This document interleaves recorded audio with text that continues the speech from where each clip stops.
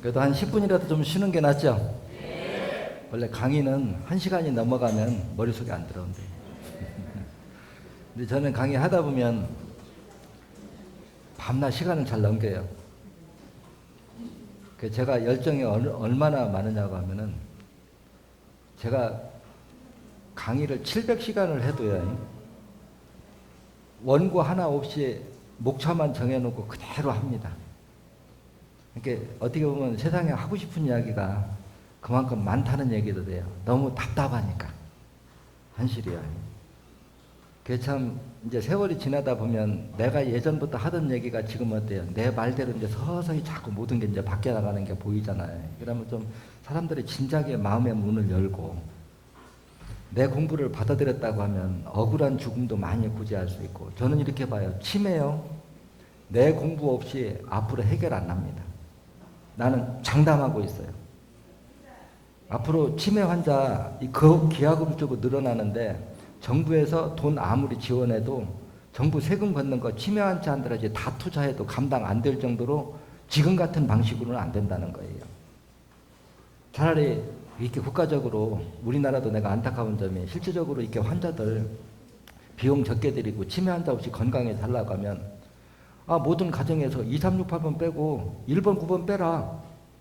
치매 얼마나 예방할까요? 적어도 지금 치매 환자 90% 이상 없어질 겁니다. 미리 한다고 하면은요. 그래서 저도 이런 얘기를 예전에는 쉽게 못 하다가 요즘에는 이런 얘기를 아주 강력하게 한단 말이에요. 왜 강력하게 할까요? 청명인이 있으니까. 예전에는 내가 방법은 알고 있어도 실제 제품을 현실로 내놓지를 못했기 때문에 내가 뚜렷하게 얘기를 안 했지만, 지금은 아까 제가 전 시간 얘기한 거 한번 여러분도 생각해 보세요. 일주일 간격으로 500cc를 빼서 1년 6개월 동안 3만 cc를 뺐으면 여러분들은 어떻게 돼야 돼요? 죽어야 되죠. 상열이든 어혈이든 그 정도 뺐으면 죽어야 되는데 뇌경색 완전히 치료돼가지고 발음 또렷또렷하고 노래 부릅니다. 거기다가 걷지 못하던 사람이 디스크 쳐요. 체중 내가 처음에 왔을 때 17kg 빼라고 했는데 지금 12kg 빠졌다고 오늘 아침에 와서 그러더라고요. 그래서 한 5kg 더 빼야 돼야 그랬더니 알았어요. 근데 5kg 빼라 소리가 운동을 해서 빼라고 그래요? 먹는 걸 줄여서 빼라고 그래요? 먹는 거 똑같이 먹고 그 속에는 뭐냐? 8번 조금 더 빼라 소리입니다. 8번 더 빼면 빠지나 안 빠지나 보라는 거예요. 그게 실질적으로 우리가 신장과 간이 피를 맑게 하는 여과 기능이 정상이라고 하면 우리 몸에 혈전, 어혈 안 생깁니다. 그 생기는 양이 극소량이라는 거죠.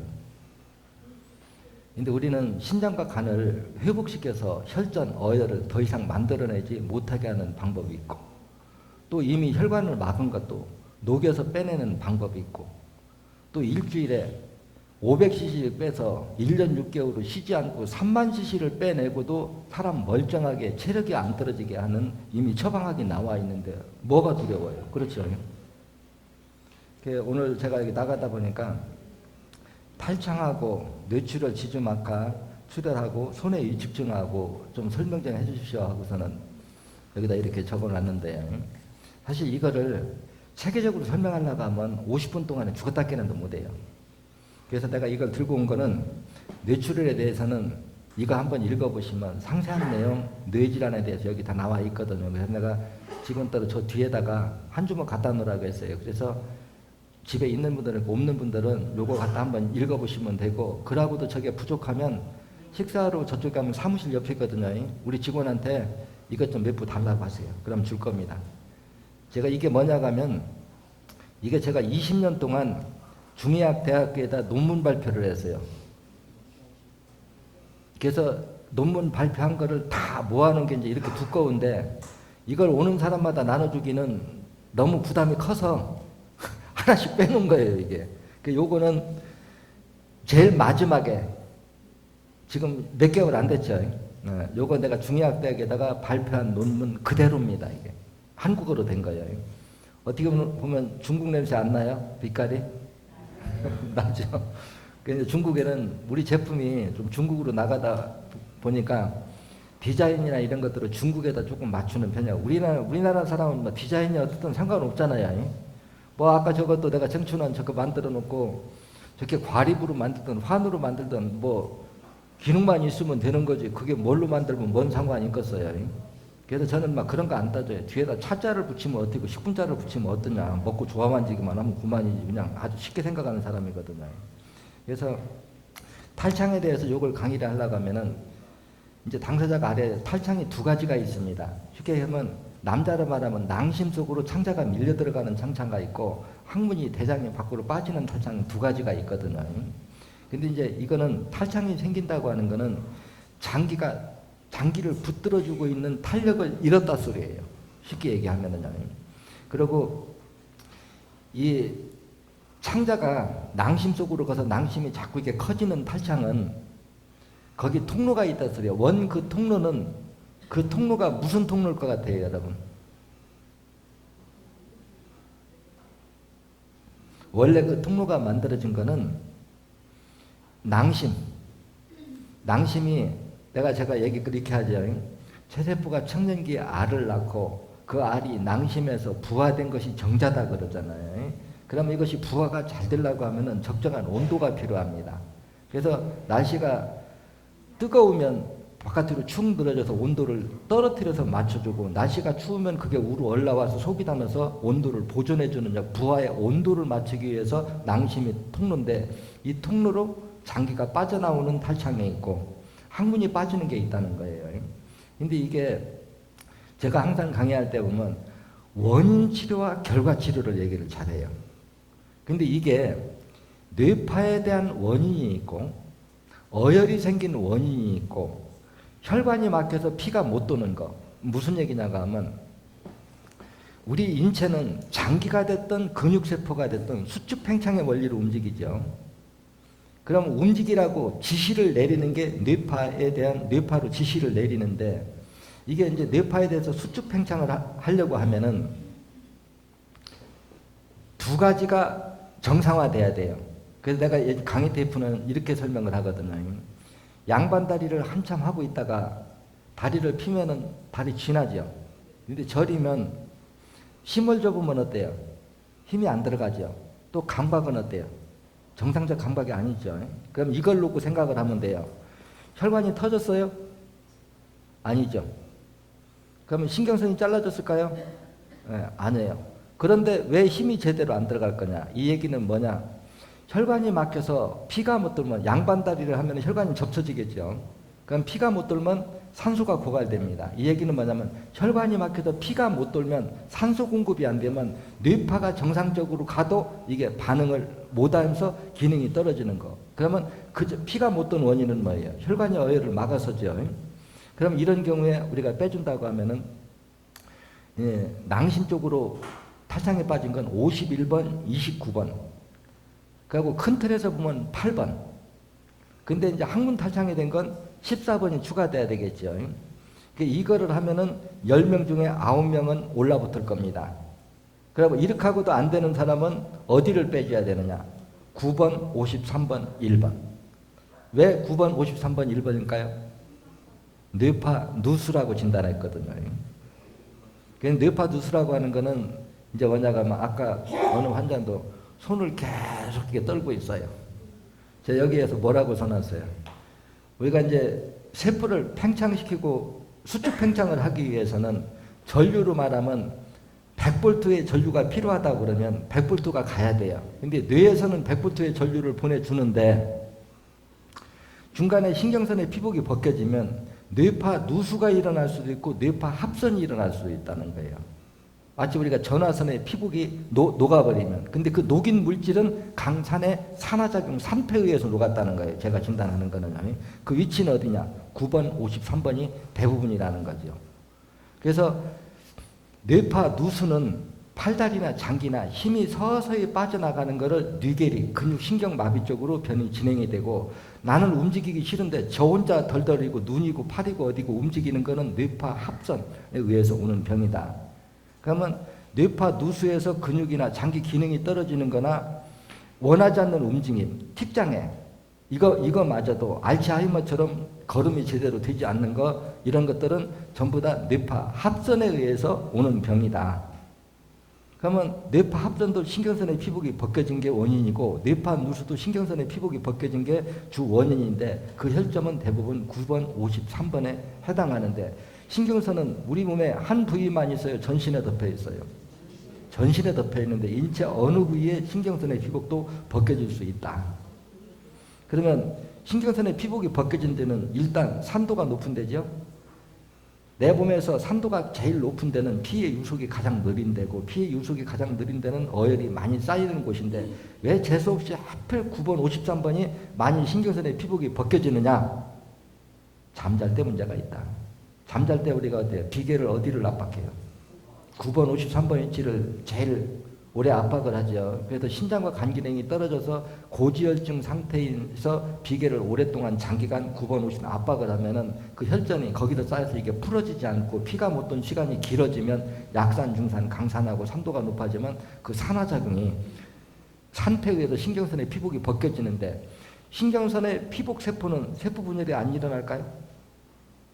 여러분들 생각이 어때요? 그래서 제가 이제 세포라고 해서 저도 이해를 시키면 이렇게 시키거든요. 우리가 숲을 보면 포괄적으로는 나무죠.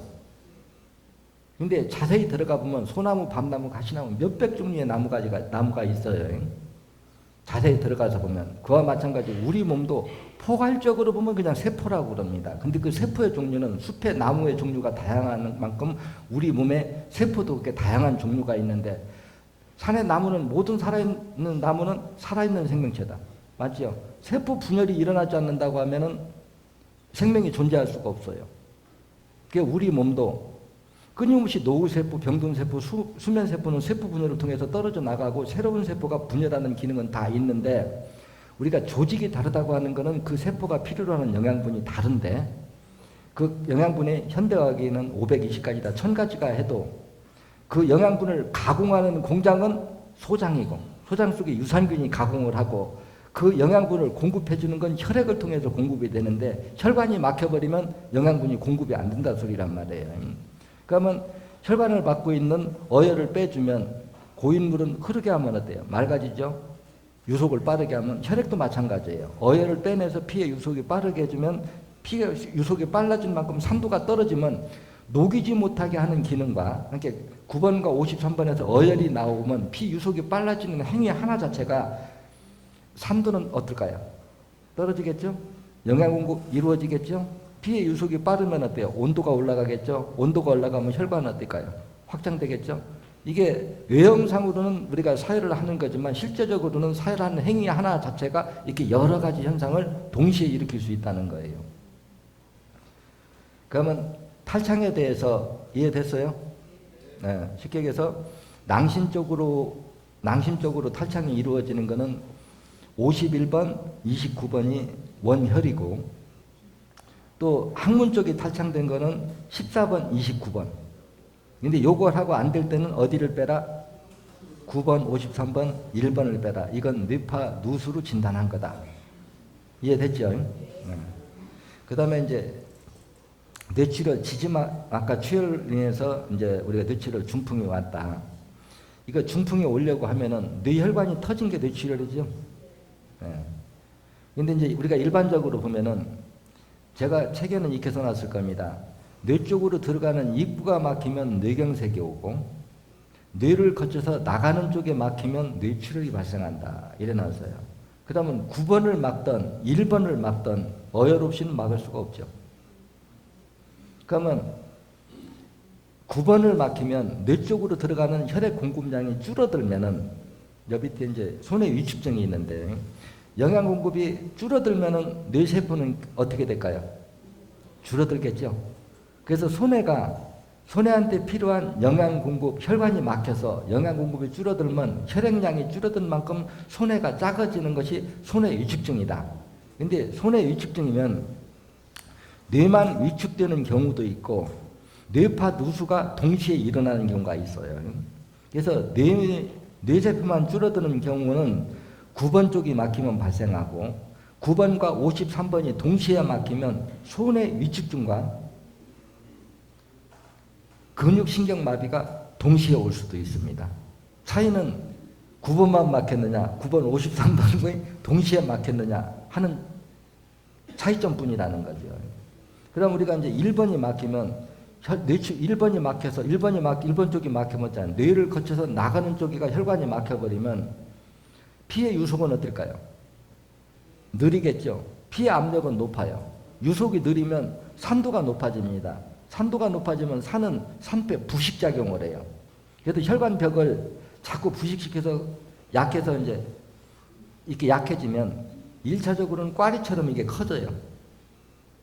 약해지면 풍선처럼 꽈리처럼 이렇게 늘어나서 있다가 그때 바로 치료를 안 하면 그게 터져버리거든요. 그럼 이제 여기서 여러분들이 먼저 읽어내야 될 게 있어요. 우리가 혈류가 일부 샜다고 하더라도 이게 다시 없어질 수 있느냐 하는 게 관건이거든요. 근데 제가 얘기하는 건 없어질 가능성이 있다고 가르쳐요, 없다고 그래요? 있습니다. 왜 있느냐? 여러분들은 항상 우리 몸을 이해할 때 혈액 속에는 무수한 생명체들이 살죠. 현재 살아있다는 것은 뭐냐면 그 환경에서 살아남는 방법의 영성을 깨우쳤기 때문에 살아있다는 거예요. 그렇죠? 그러면 혈액 속에 혈소판, 백혈구, 적혈구 여러 가지 그 생명체들이 영성이 있을까요, 없을까요? 당연히 있죠. 그러면 혈관 밖으로 새어나오면 지가 죽는다는 사실을 알까요, 모를까요? 알아요. 다시 들어가야 산다는 거. 그래서 내가 혈액 속에 사는 생명체를 물고기라고 생각하고 이해를 해봐라. 물고기가 물 바깥으로 나오면 지가 죽는다는 사실을 알 거냐, 모를 거냐? 알죠. 알면 어때요? 지가 물로 들어가기 위한 노력을 하겠죠. 그럼 폴딱폴딱 뛰는 게 왜 뛸까요? 다시 물속으로 들어가려고 하는 거죠. 그러면 이게 죽으면 그런 행동을 못해요. 그러면 살아있는 행동 때는 다시 들어가려고 노력을 한다는 거죠. 그럼 다시 들어가려고 하면은 혈관이 터졌는데 나오는 양이 피 압력이 자꾸 많아지면 어때요? 다시 물살이 세면, 피 압력이 세면 들어가기 힘들겠죠. 그러면 이 압력을 떨어뜨려 주는 게 1차적으로 관건이라는 거예요. 그게 뭐냐? 혈관의 피 압력이 높아진 거는 왜 높아졌어요? 혈관 끝이 말초 모세혈관이 막혔기 때문에 높아진 거죠. 그래서 1번이 뇌출혈 때는 1순위가 되는 거예요. 그 다음에 하체로 내려갈 피가 상체로 몰린 건 왜 몰렸어요? 6번이 막혀서 그렇죠. 그래서 뇌 쪽에 있는 혈관의 피의 압력을 떨어뜨려줘서 더 이상 새지 못하게 하는 순서가 1번, 6번, 그 다음에 9번, 31번 이렇게 순서가 정해지는 거란 말이에요. 그러면 이제 한번 뚫어진 혈관이 다시 막히지 않으려고 하면 새로운 어혈을 못 만들어지게 해야 되겠죠. 그거는 이제 8번을 빼야 되는 거고요. 그래서 이런 원리로 이제 이렇게 빼는데, 그래서 뇌출혈로 쓰러졌던, 뇌경색으로 쓰러지고 보통 3일 이내까지는 새어나온 혈액이 응고가 안 됩니다. 우리 몸 안에 있기 때문에 우리 몸 밖에 나와서 온도가 떨어지면 금방 응고가 되고, 응고가 되면 산소가 결핍되기 때문에 금방 죽어버리는데, 안에서는 혈액이 나와 있어도 쉽게 응고가 안 된다는 거예요. 한 3일 정도까지는 응고가 안 된다는 겁니다. 그래서 3일 이내에 빼놓으면, 제가 여기 이렇게 많이 있는데 거짓말 못 하겠죠. 뇌출혈이나 뇌경색 탁 쓰러진 다음에 그때 바로 곧장 빼면 저녁에 빼고 아침에 같이 수고했다고 밥 먹으러 가요. 그런 소리 우리 여기 대리전장 중에서는 아주 종종 일어납니다. 종종 자주요. 근데 이게 3일이 넘어가면 효과가 떨어진다고 그래요. 그러면 왜 떨어진다고 했을까요? 이제 나와 있던 게 다 죽어버리면 스스로 들어가들 못해요. 그러면 이제 그 다음에는 녹여서 없어져야 되거든요. 그럼 자, 여기서 내가 질문하겠습니다. 혈액, 응고된 혈액이 그대로 있으면 그 주변의 세포들이 피해를 입는다는 사실을 알까요, 모를까요? 알아요. 그러면 그거를 없애려고 하는 노력을 할까요, 못 할까요? 분명히 하죠. 근데 이제 응고가 됐어요. 그럼 제가 이렇게 물어볼게요. 여러분들 다 예전에, 요즘은 이제 다 잡아놓은 걸 하지만 옛날에는 어때? 집에서 직접 잡았죠. 배를 딱 잡으면 노란 기름 덩어리가 똥집이고 간이고 장기가 폭 싸고 있어요. 그러면 요즘으로 말하면 그게 체지방이죠. 그러면 우리가 현대의학에서는 어때요? 그 지방이 생명체라고 봐야 돼요? 그냥 단순하게 지방 영양분이라고 봐야 돼요? 그건 지방인지 생명체가 아니에요. 그냥 영양분입니다. 체지방은 말 그대로. 체세포가 생명체고요. 지방은 영양분이 아니라는 거예요. 그러면 여기서 한번 생각해 봅시다. 장 속에 장기를 똥집이고 간 있고 몽땅 덮어서 보이지 않을 정도로 기름이 꽉 쪘는데 그거를 사료를 조금씩 주고 물만 먹이고 조금 양을 줄이면 없어졌을까요? 안 없어졌을까요? 안 없어질까요? 없어지겠죠. 사료 양을 죽이면요. 그러면 여기서 내가 질문하겠습니다. 그러면 체세포가 그 영양분을 이 다음에 먹으려고 밖에다 내놓고 다시 들어왔을까요? 그건 가능성이 없죠. 그러면 밖에 있는 걸 나가서 먹고 들어왔을까요? 그런데 어떻게 생겼고 어떻게 없어졌느냐 이렇게 따져야 돼요. 우리가 생리 이치로 접근할 때요. 그래서 이게 뭐냐고 하면 우리 인체가 혈액 속에 산소가 부족하면 체세포가 소화 능력을 잃고 영양분을 먹어치우는 능력이 떨어지면 고지혈증이 되는데 고지혈증이 되면 그대로 두면 혈관이 막힌다는 사실을 알아요. 이걸 혈관 밖으로 밀어냅니다. 이때는 여러분들 말하자면 개기름처럼 이렇게 지방으로 나온다는 거죠. 이게 산과 화학 반응을 일으키면 응고된다 소리예요. 그래서 체세포 입장에서 이 다음에 다시 먹으려고 거기다 싼 게 아니라는 거예요. 거기다 놔두면은 혈관이 막혀서 지가 생명이 위협하니까 임시방편으로 그걸 해결을 하기 위해서 혈관 밖으로 밀어낸 것이 산과 화학 반응을 일으켜서 우유에다가 식초를 넣으면 응고되듯이 그 응고된 게 바로 체지방이라는 거예요. 그런데 칼로리를 적게 먹이고 운동을 시키니까 다시 그게 없어졌어. 그러면 없어졌다면 일단 해치웠다는 얘기죠. 그러면 이제 어떻게 없어지겠느냐? 그럼 이거를 체세포들이 그 주변 세포들이 그걸 갖다 먹는 지혜의 영성이 있을 거냐 없을 거냐? 있다는 거죠. 어떻게 하면 되냐? 오히려 강산을 넣어서 그걸 녹여서 액체화시켜서 끓여다 먹으면 영양분으로 쓸 수가 있다는 거예요. 우리 체세포한테는 그런 지혜의 영성이 있다는 겁니다. 그러면 이걸 녹이는 기능이 있는데 뇌세포한테는 그런 기능이 없을까요? 있죠. 근데 양이 많다면 이제 시간이 많이 걸리겠죠. 근데 어떤 생명체든지 자기가 노력을 하기 위해서는 여러분들 먹고 숨 쉬지 않고 일할 수 있어요? 없죠. 우리 세포들도 먹지 않고 숨 쉬지 않고 일할 수가 있겠느냐 그 얘기예요. 그래서 피를 돌게 해주면 어때요? 먹는 거, 숨 쉬는 걸 동시에 해결해 주는 거죠.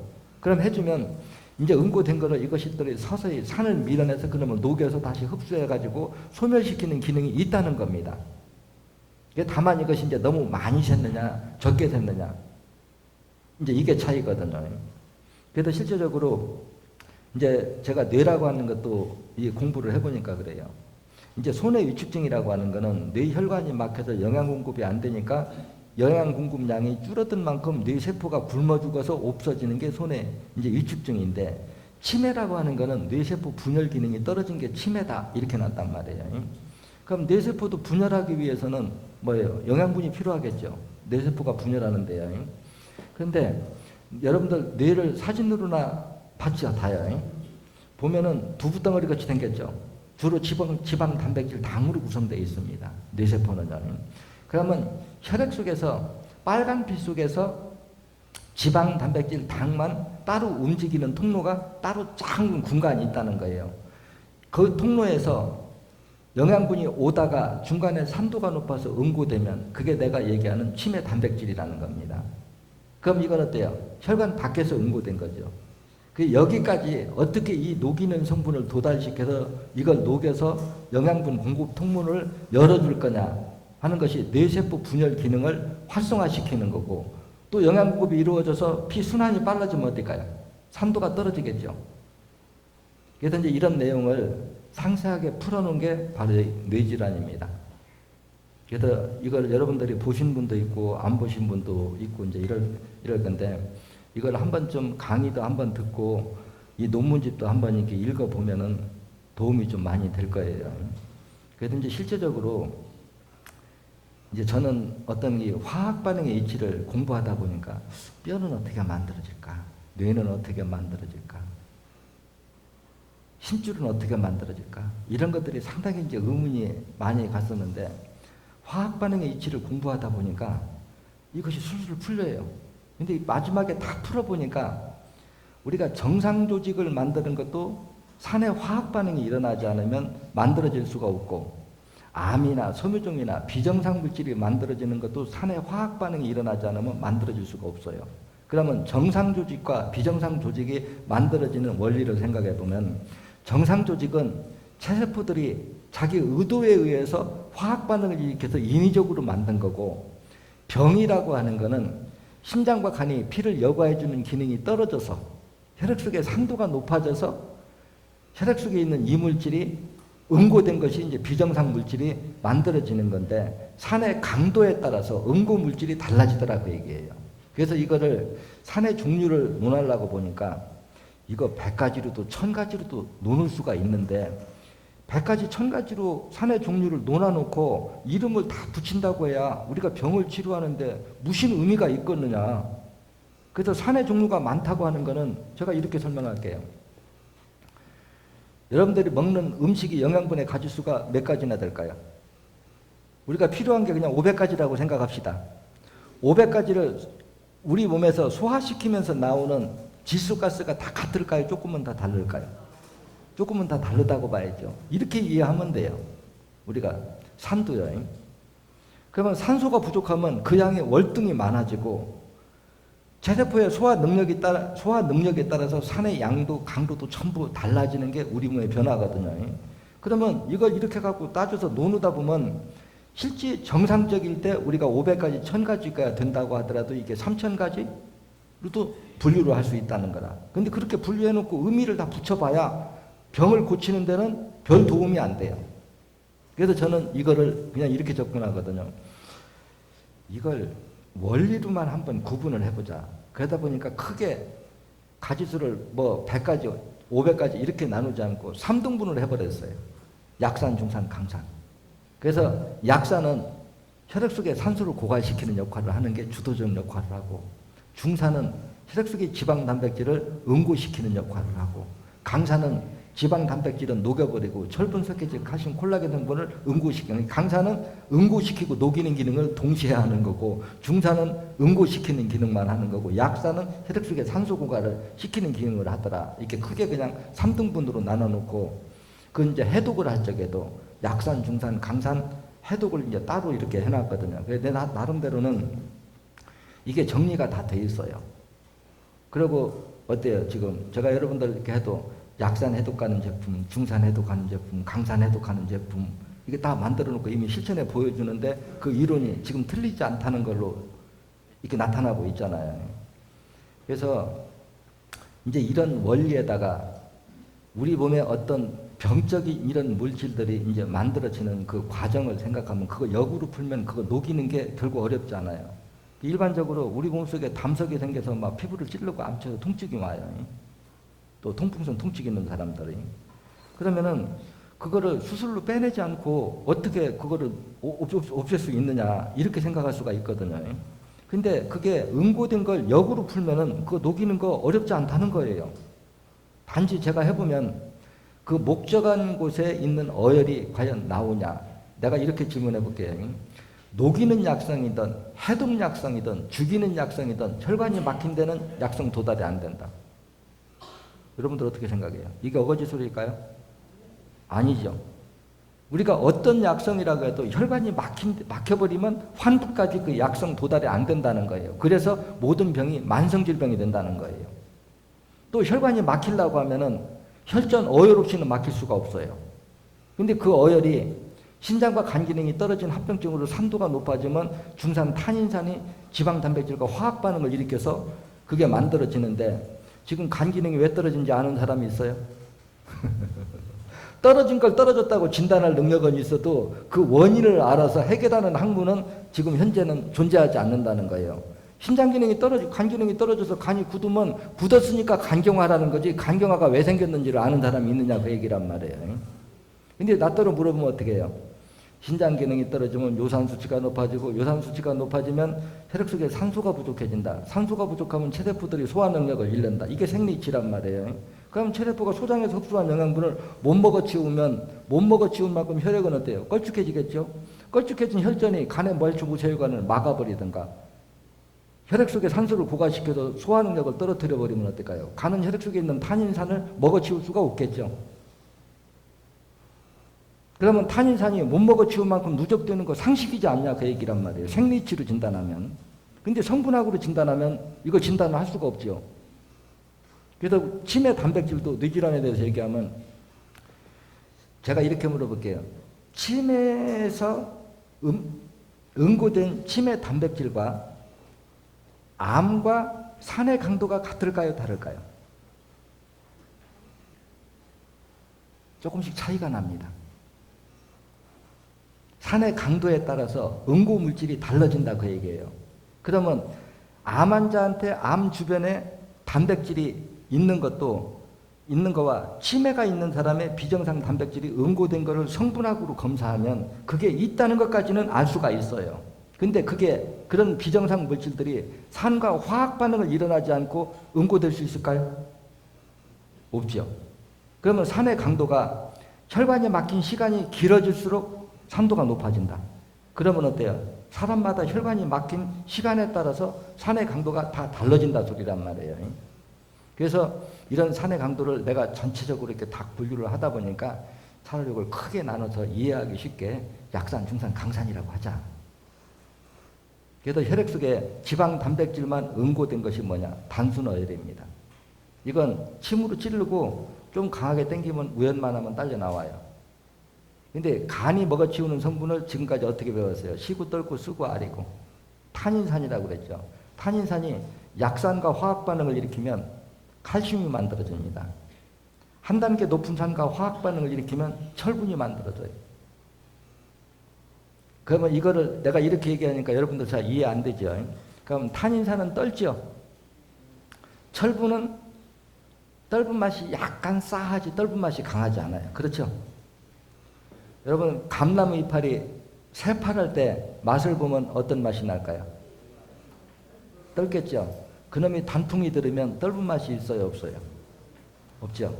그러면 떫을 때는 거기 탄인산이 많이 들어있고 단풍이 들으면 거기 철분이 많이 들어있습니다. 똑같은 감잎이라고 하더라도. 그럼 철분은 어디서 왔을까요? 떫은 맛에서 온 거죠. 그래서 이 화학 반응의 이치와 해독의 원리를 이렇게 생각하다 보면 제가 그냥 우스갯소리로 그러잖아요. 어떤 독의 강성이나 해독의 원리를 생각할 때 그 기능에 대해서 가위바위보나 원리나 똑같더라는 거예요. 우리가 주먹이니까 주먹이 제일 강한가? 아니야. 주먹은 보한테 약해. 그럼 보가 제일 강해? 이거 가위한테 약해. 그럼 가위가 제일 강해? 주먹한테 약해. 이렇게 화학 반응 이치가 돌고 이게 변하더라는 거란 말이에요.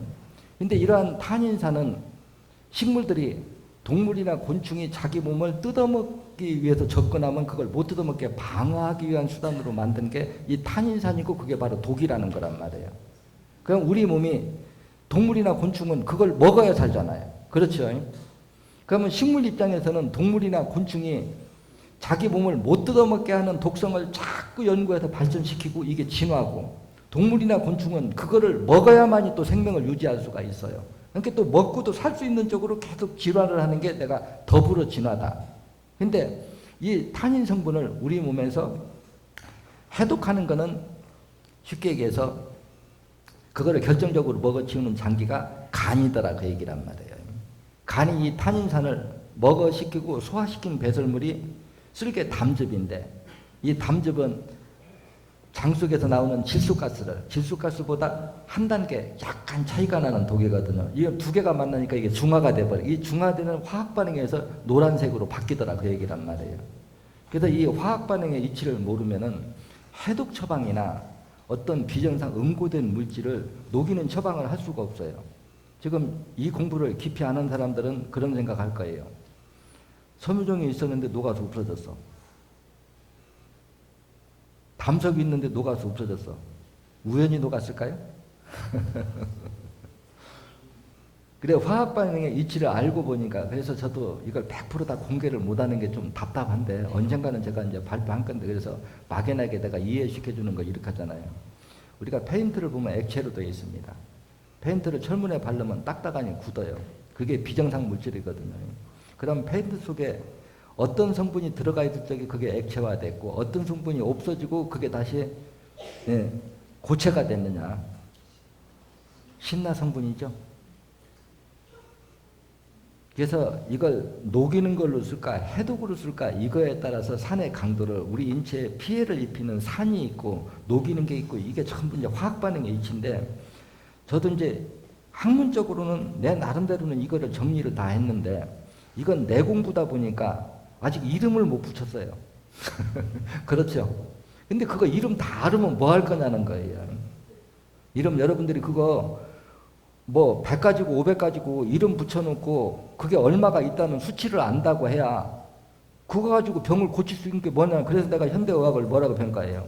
현대의학이 성분학으로 쪼개고 또 쪼개서 아주 세심하게 쪼개서 답을 양손에 쥐고 있거도 뭐를 못하냐. 그 퍼즐을 맞추는 걸 못해요. 생리이치. 그래서 내가 현대 책에다 뭐라고 써놨어요. 현대의학은 답을 양손에 쥐고도 모른다. 성분학으로 해보해서 다 알고 있어요. 근데 이게 생리치의 진단이 없으니까 어떤 생각을 하게 되느냐. 그게 답답하니까 제가 자주 하는 말 있잖아요. 현대의학을 공부한 사람한테 심장이 빨리 뛰면 피해 압력이 높아지겠죠? 그러면 당연하지. 그럼 혈압이 높아지겠죠. 그러면 산소가 부족하면 심장이 빨리 뛰겠죠? 예. 산소는 혈액 속에 산도가 높을수록 산소가 부족해지겠죠? 그럼 당연하지. 심장이 떨어지면 요산 약손 수치가 올라가기 당연하지. 그러면서도 혈압을 잡을 때는 심장을 마취해서 나는 마취해서 혈압을 잡을 거야. 그러니까 마취 이렇게 부러지면 또 먹고 하니까 죽을 때까지 고혈압약 막으라 그런단 말이에요. 그러지 말고 신장 기능을 회복시키면 혈액 속에 요산 수치가 떨어지고 요산 수치가 떨어지면 어때요? 산소 함유량이 높아지고 산소가 풍족하면 심장 수두로 천천히 뛰게 하는 것이 부작용 없는 치료 방법 아니냐 그 얘기예요. 이게 바로 생리이치의 진단 시각이거든요. 그리고 고지혈증이 되면 혈관이 막힌다는 거 다 알아. 근데 막상 치료에 들어가면 운동 많이 해라. 고칼로리 음식 먹지 말아라. 그래도 안 되면 혈전용해제 먹으란단 말이에요. 그러면 그런 사람한테 왜 고지혈증이 됐을까요? 하는 데다 혈액 속에 체세포들이 만약에 소장에서 흡수된 영양분을 체세포들이 들어오는 대로 다 먹고 소화 연소시켰다고 하면 영양분이 누적될 이유가 없지 않느냐 그 얘기예요. 그렇죠? 그러면 고지혈증이 됐다는 것은 체세포가 영양분을 소화 연소시키는 능력이 떨어졌기 때문에 고지혈증이 됐다는 얘기라. 맞죠? 근데 소화 능력은 왜 떨어졌느냐? 산소가 부족해서. 산소는 왜 부족했느냐? 산도가 높아서. 산도는 왜 높아졌느냐? 신장과 간 기능이 떨어질수록 산도가 높아진다. 이렇게 하면 고지혈증은 신장과 간 기능을 회복시켜야 돼요. 근데 혈전용해제가 신장 기능을 회복시켜요? 오히려 신장 기능을 더 망가뜨려가지고 심부전증 환자가 5배가 늘어난다고 지금 통계가 나오잖아요. 이게 우리 몸을 바로 끊어서 화학 반응의 이치, 성분학, 해부학, 통계학으로 바라보느냐. 그래서 통계학이라고 하는 게 얼마나 멍청하냐. 혈압이 높은 그룹과 높지 않은 그룹을 구분할 수밖에 없어요. 그렇죠? 이게 통계의학이란 말이에요. 그래서 혈압이 높은 사람을 보니까 공통점이 있어. 혈액이 걸쭉하다든가 신장이 정상인보다 빨리 뛰어. 또 어떤 사람을 보니까 정상인보다 혈액의 양이 비정상적으로 많아서 혈관이 팽창돼 있어. 이 세 가지 공통점이 있는 사람이 혈압이 높아지더라 그 얘기라. 그러니까 이걸 눈으로 보면은 생각을 뭐로 하느냐. 비정상적으로 혈액이 많아지면 인후제성. 그럼 내가 그 약은 인후 기능만 하지 않느냐. 근데 그 인후 기능마저도 강제 기능이란 말이에요. 심장을 빨리 뛰게 해서 삼투압 현상으로 하든가 근육을 경직시켜서 걸레 짜듯이 해서 수분을 빼내는 방법이니까 이거는 3일 이상 쓰면 엄청난 부작용이 나. 근데 나처럼 왜 비정상적으로 혈액이 많아졌느냐. 수분을 끌어모아서. 수분을 왜 끌어모았느냐. 산도가 높아서. 산을 해독해주면 수분을 왜 끌어모아. 맞죠? 그러면 산을 해독해주는 거는 부작용이 없어요.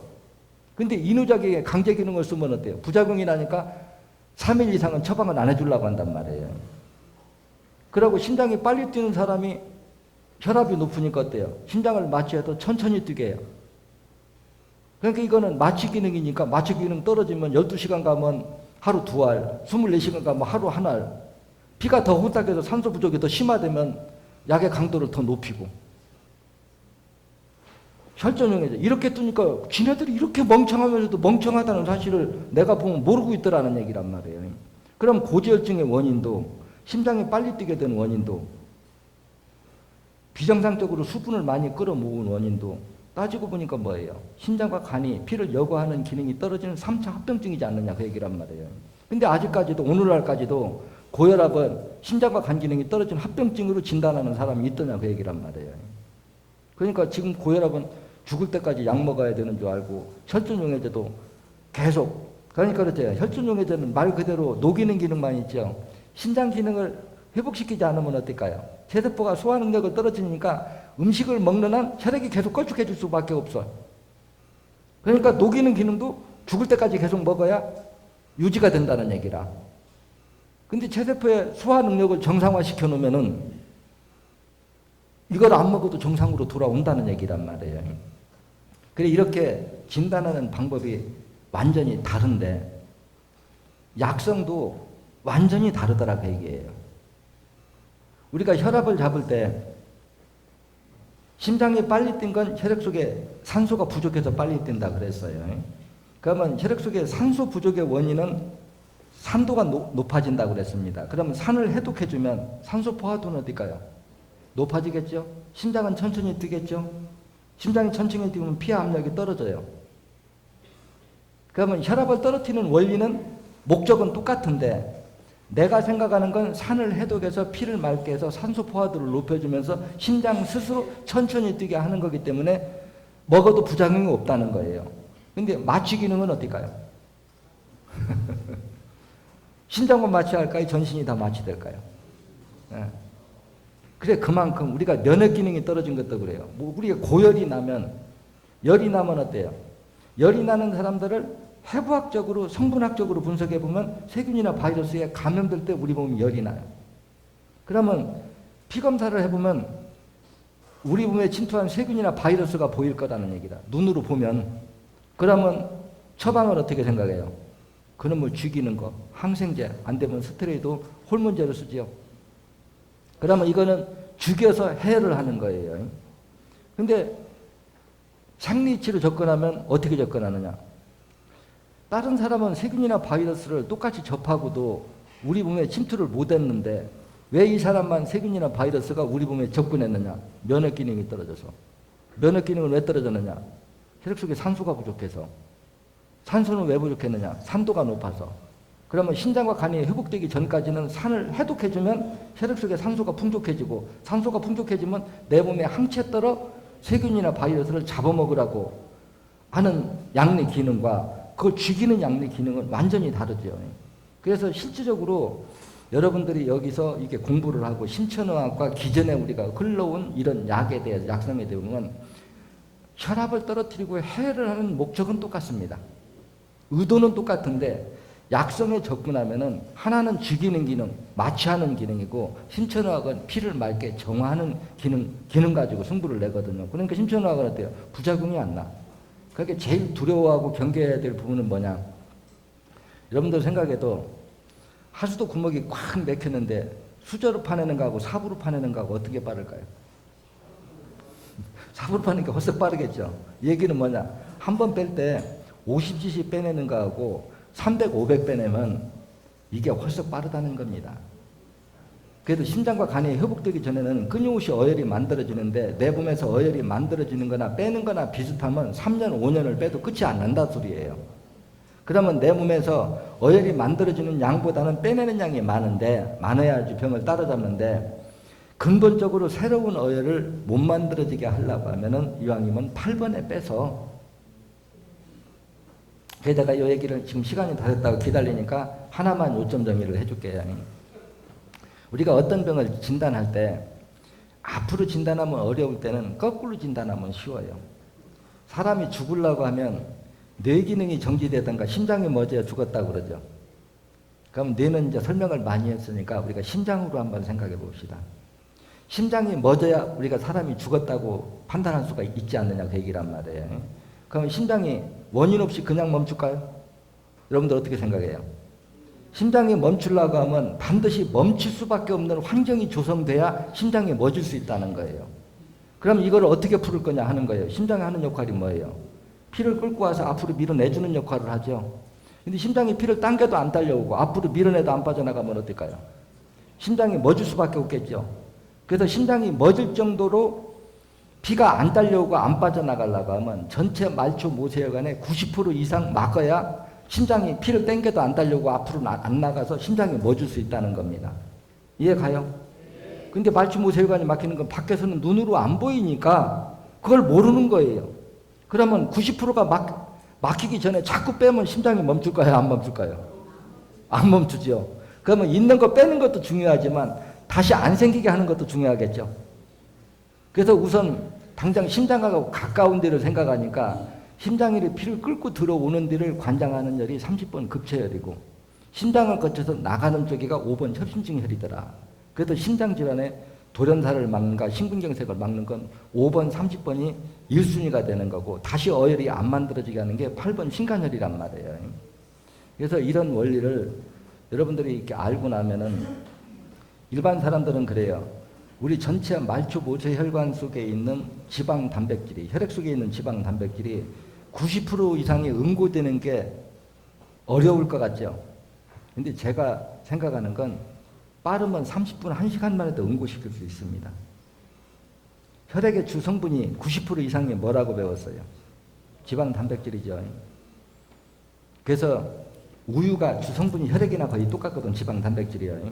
우유에다가 식초를 조금 넣으면 일부만 응고되고 응고되는 속도가 느리지만 식초를 많이 넣으면 어딜까요? 금방 응고됩니다. 사람이 죽음에 임박하다고 하는 건 혈액 속의 산도가 높다 소리거든요. 그래서 죽음에 임박하면 혈액 속에 있는 지방 단백질이 응고되는 속도가 엄청 빨라요. 그러면 응고되는 양보다는 빼내는 양이 많을 때 이걸 따라잡을 수가 있다는 거라. 그래서 우리가 사회를 할 적에도 여러 군데 빼는 것보다도 오늘 이제 시간이 지금 다 됐다고 독촉을 하니까 정리를 해야 되겠는데요. 될 수 있으면 몰아빼기를 인터넷 동영상에 나와 있죠. 그거를 반복해서 잘 보세요. 그래서 아마추어들이 그냥 책만 보고 빼는 거와 어혈을 녹이고 불리고 또 아주 잘 안 녹고 딱딱하게 굳으면 청명이를 써서 또 녹이고 한 번 뺄 때 한 자리에서만 집중적으로 빼내는 거와 여기저기 그냥 아픈 데마다 쫓아다니면서 빼내는 거는 그 효과 차이가 10배 이상 납니다. 그래서 내가 지금까지 해보면 믿음을 가지고 꾸준하게 한 사람들은 거의 성공을 해요. 근데 이제 중간에 불신이 생기면 하다가 말죠. 근데 그 불신은 왜 생기기 시작할 것 같아요? 내 잘못일 것 같아요? 여러분 잘못일 것 같아요? 사만 많이 하고 보를 안 했기 때문에 피부족이 와서 불신이 생기는 거지. 어혈을 많이 뺄 때는 보를 많이 넣어주고 적게 뺄 때는 적게 매주고 그래서 어혈을 300cc 빼낼 때 영양분, 철분, 염분을 요만큼 넣어라. 500cc 뺄 때는 영양분, 철분, 염분을 요만큼 해라. 요걸 잘 맞춰주면 불신하고 말 것도 없어요. 근데 이걸 뭐 내가 잘 먹기만 먹으면 되겠지 하고 그거 됐으면 왜 지금 한의원에 가면 기껏 빼야 30, 50밖에 안 빼주겠어요. 우리처럼 300도 빼라, 500도 빼라, 아주 많으면 800까지 빼라고 하고 심지어 한 사람한테 1년 6개월 동안이 3만 cc를 빼게 만들어도 멀쩡하지 않느냐 그 얘기란 말이에요. 그래서 이런 것들이 조혈의 원리나 피가 안 만들어지는 사람들 이거를 내가 생산하는 제품들이 왜 그걸 어떤 목적 가지고 만들었는가 요거를 잘 이해를 해야만이 순간순간 응용을 잘하는 사람하고 우리가 병원에 의사가 있는데 그 약을 어디다 쓰는지를 모르고 약만 가지고 있어요. 효과를 낼 수 있어요? 엉뚱한 데서 쓰면 오히려 큰일 나죠. 근데 식품은 재밌는 게 있어요. 잘못 쓰면 부작용은 별로 없어요. 돈만 날라가 잘못하면 배탈 나고 그거밖에요. 그래서 우리가 이제 요점 정리를 해주면 그래요. 우리가 재생복원 치료라고 하는 거는 병들고 노후 수면세포는 떨어져 나가고 새로 분열된 건강한 세포가 그 자리를 메우는 게 재생복원 치료다. 세포가 분열하기 위해서는 그 세포가 분열하는데 필요한 영양분이 필요한데 그 가지수는 500가지든 1000가지가 될 수 있지만 혈액을 통해서만 공급된다. 그 영양분을 만드는 거는 내 장 속의 유산균이다. 혈관이 막히면 세포 분열이 안 일어난다. 정리됐죠? 네. 그래서 될 수 있으면 한 번에 많이 빼내고 피부족을 안 오게 해주는 게 신천의학의 주 핵심이다. 네. 교육받느라고 고생 많았습니다.